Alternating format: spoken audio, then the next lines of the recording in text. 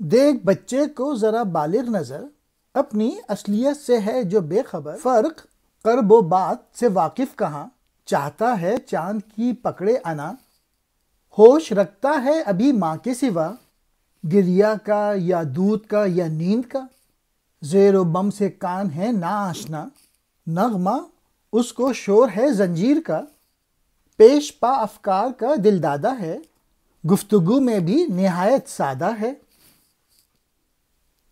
جستجو ہی پر ابھی مجبور ہے، گفتگو چوں و چرا سے دور ہے، کم سنی ہے عین و آن کی نقش گیر، غیر جوئی غیر بینی کی اسیر، پشت سے رکھ دو اگر آنکھوں پہ ہاتھ، چھوڑ دیں اس کے حواس ایک دم ہی ساتھ، فکر خام اس کی میان روزگار، پر کشا ہے مثل باز نو شکار، چھوڑ کر صید سبک رو کی طرف، موڑ لاتی ہے اسے اپنی طرف، مشتعل جب تک ہو آگ افکار کی، گل فشاں ہے پھل جڑی پندار کی، آنکھ اٹھتی ہے فقط تن کی طرف، ملتفت رکھتی ہے بس من کی طرف، حافظہ کرتا ہے اس کو خود شناس، دوش و فردا کو بلاتے ہیں حواس، روز و شب اس کے ہیں یوں بے ہم دگر، جیسے پیش دا پس لڑی میں ہوں گوہر، ہوتے رہتے ہیں کم و بیش آب و گل،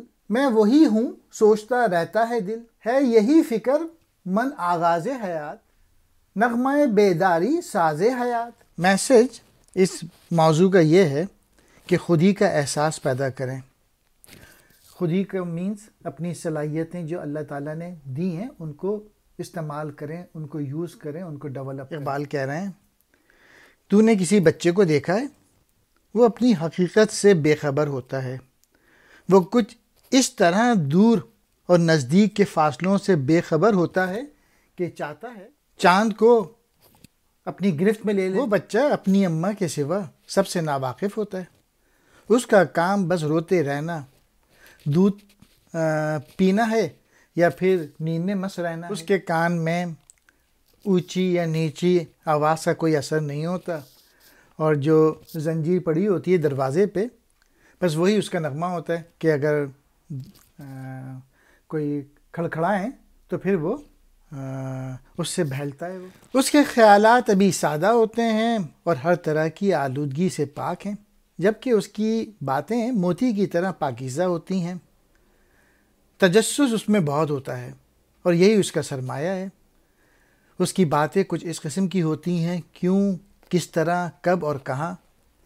اس کی فکر اس اور اس کا اثر قبول کرنے والی، اور اس کا شغل غیر کی تلاش اور غیر کو دیکھنا، یعنی اپنی ذات کے سوا اس کی توجہ دوسرے کی طرف ہوتی ہے۔ اور اگر کوئی پیار سے اس کی آنکھوں پر پیچھے سے ہاتھ رکھ دے تو اس کی جان بہت ہی پریشان ہو جاتی ہے۔ اس کی ناپختہ سوچ زمانے کی فضا میں نیا نیا شکار کرنے والے باز کی مانند رہتی ہے، وہ اسے شکار کے پیچھے چھوڑتا ہے اور پھر اپنی طرف لے آتا ہے، یعنی کبھی کچھ سوچتا ہے اور کبھی ویسے ہی چپ رہتا ہے۔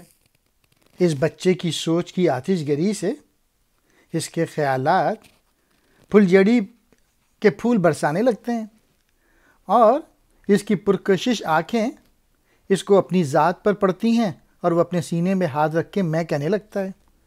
اس کا حافظہ یا اس کی یاد اس کو اپنی ذات سے متعارف کراتی ہے، یعنی اب اس کا حافظہ کام کرنے لگتا ہے، وہ اس کے گزرے ہوئے کل اور آنے والے کل کے باہمی ربط کو محفوظ کرتی ہے۔ اب اس کے دن یا اس کا زمانہ اس سنہری یاد میں پروئے ہوئے ہیں، اور وہ موتیوں کی طرح ایک تسلسل کے ساتھ ایک دوسرے کے آگے پیچھے ہے۔ اگرچہ وہ عمر کے لحاظ سے گھٹتا چلا جا رہا ہے اور اس کا جسم بڑھنے پھولنے لگتا ہے، پھر بھی اس کے دل میں یہ آنے لگتا ہے یا اس کا احساس برقرار رہتا ہے کہ میں وہی ہوں جو میں تھا، جو کبھی میں تھا۔ بالغ نظر کہتے ہیں شعور رکھنے والا، ناشناس، انجان، ناواقف، زیر و بم نیچے اور اونچے سر. درگیر اثر لینے والا. زنجیر کنڈی کا کھڑکا. چوں کہتے ہیں کس طرح. نقش گیر اثر قبول کرنے والا. اندیشہ اس کی سوچ. غیر جوئی غیر کی تلاش. غیر بینی غیر یا دوسروں کو دیکھنا. فکر خام اس کی ناپختہ سوچ. ہوائے روزگار زمانے کی فضا. پرکشا پر کھولے ہوئے. باز نو شکار نیا نیا شکار کرنے والا باز. گل فشاں پھول جاڑتی ہے.